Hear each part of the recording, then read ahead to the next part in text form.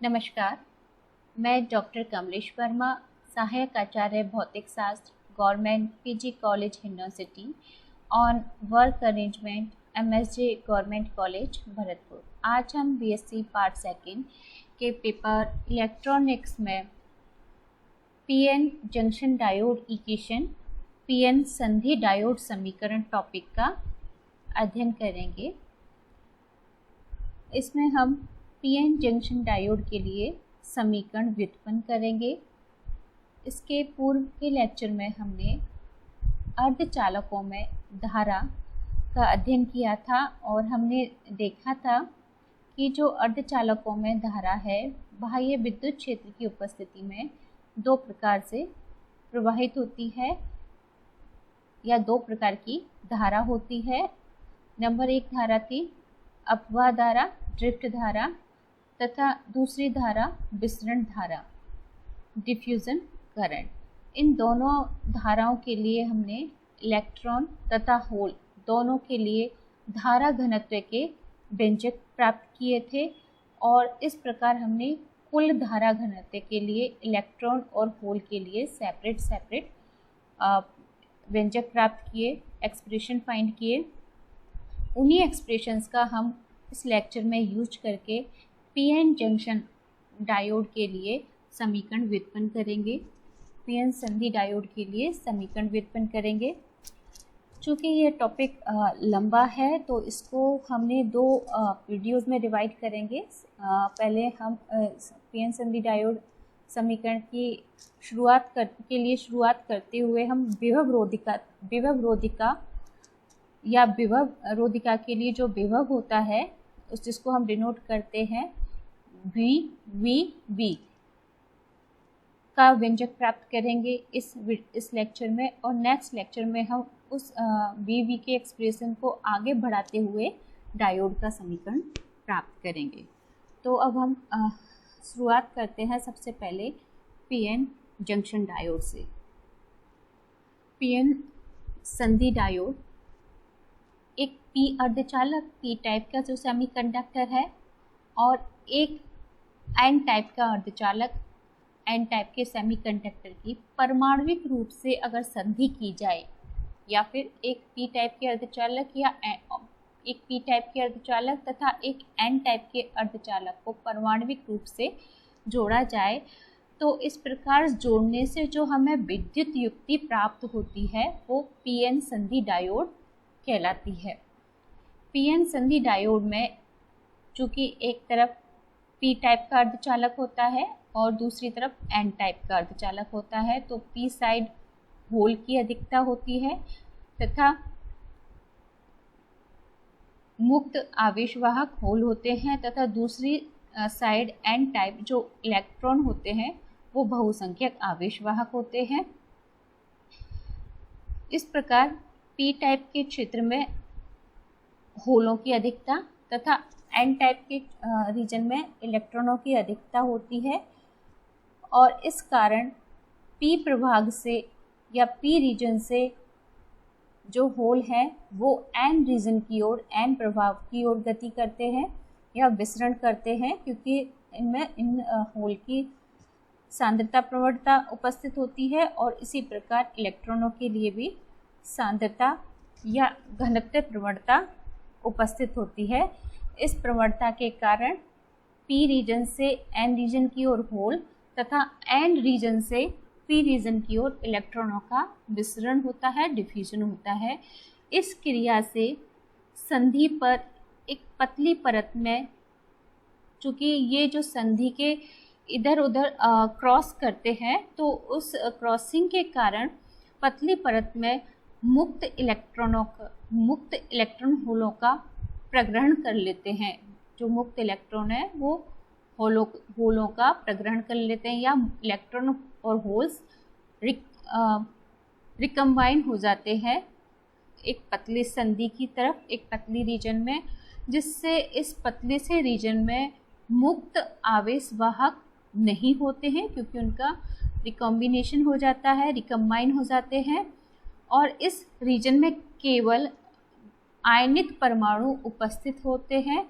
मुक्त आवेशवाहकों के का इस परत में क्षय हो जाता है, अर्थात मुक्त आवेश वाहक इस परत में उपस्थित नहीं होने के कारण इस परत को अवक्षय परत कहते हैं। यहाँ पर हम चित्र में देख सकते हैं कि ये एक पी टाइप का अर्धचालक है और एक एन टाइप का अर्धचालक है। इन दोनों का जब हम परमाणविक रूप से जंक्शन बनाएंगे या परमाणविक रूप से संधि करेंगे तो पी रीजन में होलों की अधिकता और इस रीजन में होलों की कमी तथा एन होने के कारण होलों की जो घनत्व प्रवणता होती है, इसके कारण जो होल है वो एन रीजन की तरफ विसरण करते हैं, डिफ्यूजन करते हैं। इसी प्रकार एन टाइप में इस रीजन में इलेक्ट्रॉनों की अधिकता और पी प्रभाग में पी रीजन में इलेक्ट्रॉनों की कमी होने के कारण इलेक्ट्रॉनों की घनत्व प्रवणता हो जाती है, जिसके कारण इलेक्ट्रॉन अधिकता वाले क्षेत्र से न्यूनता वाले क्षेत्र में विसरण करते हैं, जिसके कारण होल इधर गति करेंगे, विसरण करेंगे और इलेक्ट्रॉन पी रीजन की ओर विसरण करेंगे। और विसरण करने के कारण संधि पर एक छोटे से एरिया में या एक पतली सी परत में जो इलेक्ट्रॉन और होल है उनका प्रग्रहण हो जाता है, ये रिकम्बाइन हो जाते हैं, जिसके कारण इस रीजन में मुक्त आवेशवाहक इलेक्ट्रॉन और होल नहीं होते हैं, अर्थात मुक्त आवेशवाहकों का क्षय हो जाता है। तो इस जो परत है इसको हम अवक्षय परत कहते हैं। इसमें केवल आयनित परमाणु उपस्थित होते हैं। पी टाइप के रीजन में जो आयनित परमाणु होंगे उनको यहाँ पर माइनस के, चूँकि ये स्टेशनरी होते हैं, स्थिर होते हैं, इनको माइनस से दिखाया गया है। और ये और एन टाइप के रीजन में इधर इनको धनात्मक निशानों से प्रदर्शित किया गया है, सर्किल में सर्किल किया हुआ है। ये भी स्थिर आयनित आवेश होते हैं। तो इस प्रकार यहाँ पर हम देखते हैं ये अवक्षय परत है, और अगर इसकी जो अवक्षय परत की इधर की स्थिति को x1 से तथा इसकी जो बाउंड्री एन साइड की जो बाउंड्री लाइन है उसको x2 से निरूपित करें तो अवक्षय परत की मोटाई x2 माइनस x1 के बराबर होगी तथा अवक्षय परत के दोनों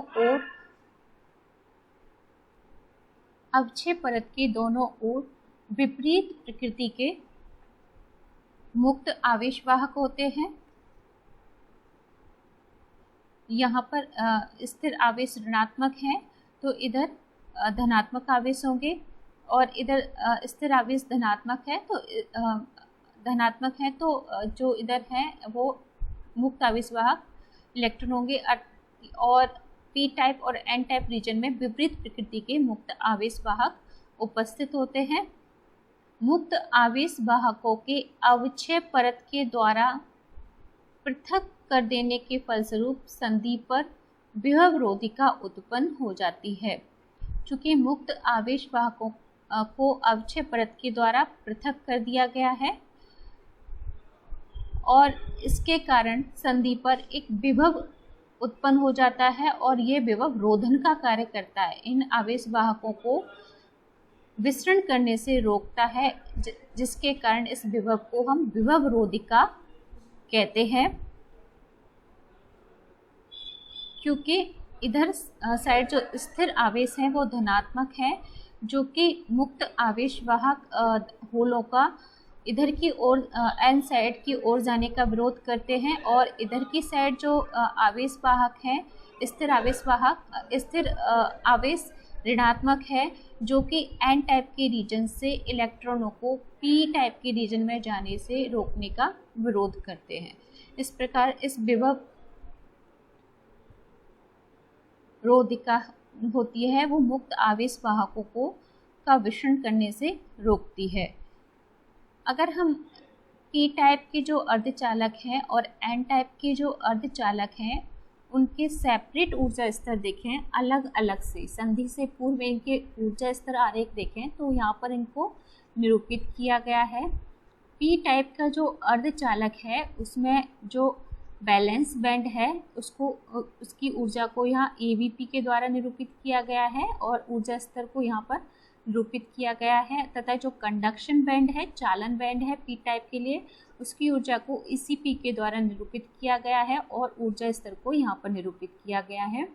जो P टाइप के अर्धचालक हैं उनमें जो फर्मी स्तर है उसको EFP के द्वारा निरूपित किया जाता है और यह जो फर्मी स्तर है P टाइप के अर्धचालक में वो संयोजकता बैंड के निकट होता है। यहाँ पर इनको दिखाया गया है। जो इसका P टाइप के अर्धचालक के लिए फर्मी स्तर है वो संयोजकता बैंड के पास होता है। और यहाँ पर P टाइप के अर्धचालक में मुक्त आवेशवाहक होलों को प्लस आवेश के द्वारा दिखाया गया है। ये होल्स को निरूपित करता है और ये मुक्त आवेशवाहक हैं तथा नीचे के जो ऊर्जा स्तर हैं वो फील्ड हैं, भरे हुए हैं। इसी प्रकार N टाइप के अर्धचालक की अगर हम बात करें तो N टाइप के अर्धचालक में ऊर्जा स्तरों को आरेख के द्वारा यहाँ पर प्रदर्शित किया गया है।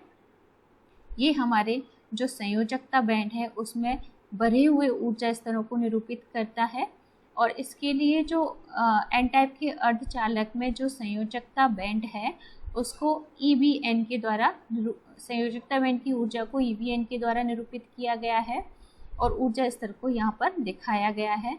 इसी प्रकार यहाँ पर जो चालन बैंड है, कंडक्शन बैंड है N टाइप के अर्धचालक के लिए, उसको ECN के द्वारा प्रदर्शित किया गया है। N टाइप के जो अर्धचालक है उसमें जो फर्मी स्तर है उसको EFN के द्वारा निरूपित किया गया है और यह जो फर्मी स्तर है वो चालकता बैंड के निकट होता है।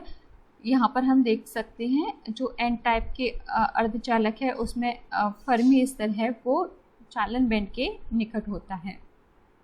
जब इन दोनों P टाइप के अर्धचालक और N टाइप के अर्धचालक की संधि कराई जाती है तो संधि कराने पर फर्मी स्तर दोनों ओर एक ही स्तर पर होना चाहिए, अर्थात संधि होने पर जो दोनों P टाइप का और N टाइप के जो अर्धचालक हैं उनकी जो लेवलिंग है फर्मी स्तर की वो एक ही होनी चाहिए, एक ही लेवल पर होनी चाहिए, अर्थात EFP इक्वल्स टू EFN होना चाहिए। दोनों फर्मी स्तर की ऊर्जा इक्वल हो जानी चाहिए।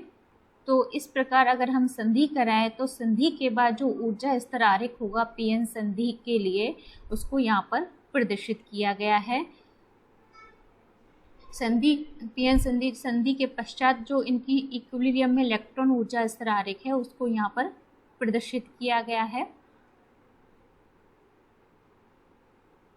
N से P की ओर मुक्त इलेक्ट्रॉनों को प्रवाहित होने के लिए यहाँ पर हम देखते हैं कि जो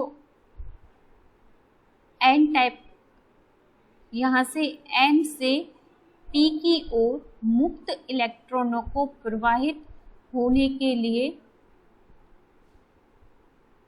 तथा P से N की ओर होल प्रवाह के लिए जो आवश्यक ऊर्जा है वो होनी चाहिए ECP माइनस ECN। मतलब दोनों जो चालकता बैंड है, जो कंडक्शन बैंड है P टाइप का और N टाइप के, उन दोनों का जो अंतर है, दोनों की ऊर्जाओं का अंतर है, वो इतनी ऊर्जा मुक्त इलेक्ट्रॉनों या मुक्त होलों को P से N की ओर और या N से P की ओर प्रवाहित होने के लिए आवश्यक है। तो N से P की ओर मुक्त इलेक्ट्रॉनों को तथा P से N की ओर होलों को प्रवाह के लिए जो आवश्यक ऊर्जा होगी वो होगी ECP माइनस ECN, और जिससे विभव रोधिका की जो ऊंचाई है, ये पर जो ये विभव रोधिका है VV, इसकी ऊंचाई बराबर होगी ECP minus ECN over E। चूंकि संधि के दोनों ओर विपरीत प्रकृति का मुक्त आवेश वाहक उत्पन्न होने के कारण घनत्व प्रवणता संधि के आर पार विसरण उत्पन्न करता है, जिसे हम विसरण धारा कहते हैं। इस संधि डायोड पर विभव रोधिका विभवांतर BV द्वारा इस संधि डायोड पर विभव रोधिका विभवांतर BV द्वारा इतनी अपवाह धारा ड्रिफ्ट करंट विपरीत दिशा में, किसकी विपरीत दिशा में, विसरण धारा की विपरीत दिशा में उत्पन्न कर देता है, जिससे जो कुल धारा प्रवाह है वो शून्य हो जाता है। अर्थात ये विभव रोधिका के द्वारा जो विद्युत क्षेत्र डेवलप होता है या विभवांतर होता है वो इतना होता है, द्वारा इतना अपवाह धारा प्रवाहित होती है विसरण धारा के विपरीत दिशा में कि जो कुल धारा है वो शून्य हो जाती है। अर्थात अपवाह धारा और है वो विसरण धारा के प्रभाव को समाप्त कर देती है साम्यावस्था में। इस प्रकार साम्यावस्था की स्थिति में जो कुल इलेक्ट्रॉन धारा घनत्व है JE = 0 हो जाता है। जब हम यह साम्यावस्था की स्थिति है तथा कोई भी बाह्य विद्युत क्षेत्र हमने आरोपित नहीं किया है, उस स्थिति में JE = 0 हो जाता है। और JE = होता है, हमने कुल धारा घनत्व निकाला था इलेक्ट्रॉनों के लिए, वहाँ से हम डायरेक्ट इस समीकरण का उपयोग किया है। ये तो था हमारा अपवाह धारा और ये था हमारा विसरण धारा। तो कुल धारा घनत्व होता है अपवाह धारा घनत्व इलेक्ट्रॉनों के लिए तथा विसरण धारा घनत्व इलेक्ट्रॉनों के लिए, दोनों का सम। ये = 0 होगा, जिससे हमें इसको हम एक साइड, इस जो फर्स्ट टर्म है इसको हम लेफ्ट हैंड साइड ले जाएंगे और इसको इक्वेशन को रीअरेंज करेंगे। रीअरेंज करने पर हमें यह समीकरण मिलती है और इस समीकरण का हम यहाँ से देखते हैं, हमें यह संबंध प्राप्त होता है समीकरण 2 के द्वारा dN/n = -μE × E/dE dx। परंतु जो आइंस्टीन संबंध है इसका हम पहले भी यूज़ कर चुके हैं। आइंस्टीन संबंध में कि जो विसरण गुणांक है और जो गतिशीलता है उनका जो रेशियो है वो kT/Q के बराबर होता है। और अपोजिट रिलेशन को लिखें तो μE/dE = Q/kT। Q का मान यहाँ E के बराबर है और K बोल्ट्जमान कांस्टेंट है। तो जिससे हमें इस समीकरण को हम यहाँ पर यूज़ करेंगे, इसको समीकरण 3 नाम दिया और यहाँ पर हम वैल्यू पुट करेंगे। वैल्यू पुट करने के बाद हमें ये इक्वेशन मिलती है जिसका हम इंटीग्रेशन करेंगे। और इंटीग्रेशन के लिए समाकलन करने के लिए यहाँ पर हम जो लिमिट्स हैं वो अक्षय परत की लगाएंगे। अक्षय परत के लिए जो n की लिमिट है वो NP से NN, लोअर लिमिट NP और अपर लिमिट NN रखेंगे। और जो अक्षय परत की जो लिमिट है x1 से x2 रखेंगे। और इसके बीच में चूँकि ये जो टर्म्स हैं कांस्टेंट, उनको हम इंटीग्रेशन से बाहर ले लेंगे और इसका समाकलन करने पर हमें चूँकि 1/n का इंटीग्रेशन करते हैं तो जो इंटीग्रेशन है वो log n के बराबर होगा। और लिमिट्स रखने के बाद हमें इस टाइप से समीकरण मिलेगा। और इसका x का जो -e dx है, चूँकि यह जो इंटीग्रेशन है e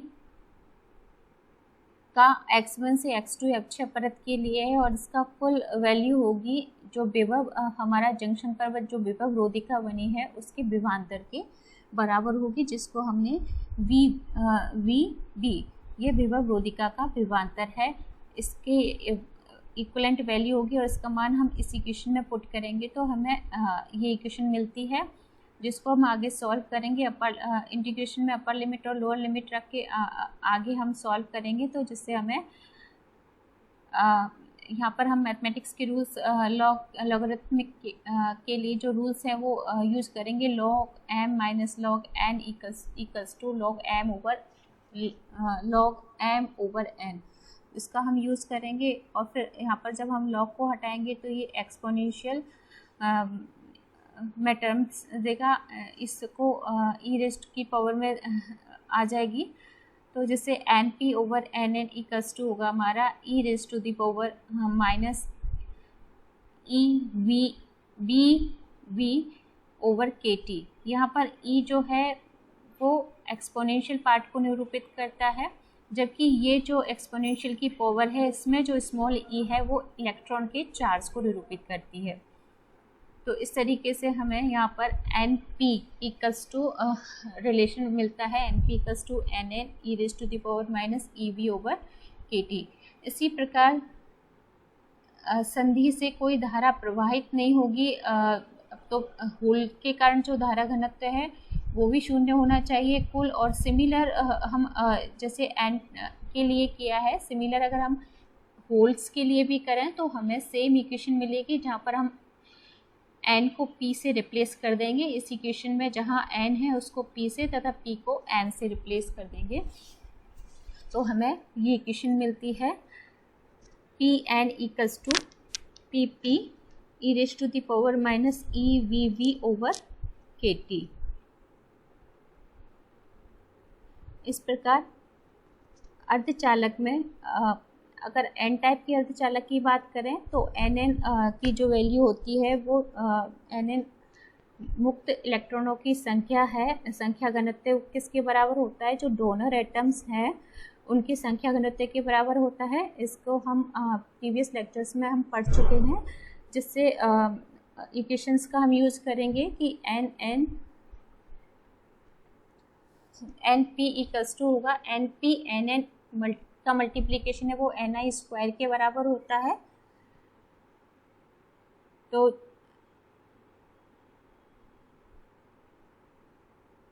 इस तरीके से एन टाइप के अर्धचालक में एन एन इक्वल्स टू होगा एन टी के बराबर, तथा N P multiply with P P equals to होगा एन आई स्क्वायर के बराबर। लेकिन पी पी का मान है वो एन ए के बराबर होता है, जिसको हम यहाँ पर रखेंगे तो N P equals to N I square over A होगा। इसको हमने यहाँ ब्रैकेट में दिखाया गया है कि P P equals to N A होगा N P multiply with P P equals to N I square. इसी प्रकार यहाँ पर हम वैल्यू पुट करेंगे, तो जिससे इस इक्वेशन में हम वैल्यूज़ पुट करेंगे, यहाँ से एन पी का वैल्यू पुट करेंगे और यहाँ पर एन एन के लिए एन डी पुट करेंगे। तो इक्वेशन 6 में हम ये मान रखेंगे तो हमें ये इक्वेशन मिलेगी N I square equals to, यहाँ पर N I square N D को भी इधर हम लेफ्ट हैंड साइड ले लेंगे, जिससे हमें ये रिलेशन मिलता है। अगर हम इस समीकरण का दोनों तरफ से लॉग ले लें, नेचुरल लॉग लें, तो हमें ये समीकरण मिलेगा। और नेचुरल लॉग लेने पर जो E raise to the power है ये हट जाएगा, तो इसका मान होगा minus E V V over K T. और ये यहाँ पर इसको यहाँ पर हमने दिखाया गया है। इसके बाद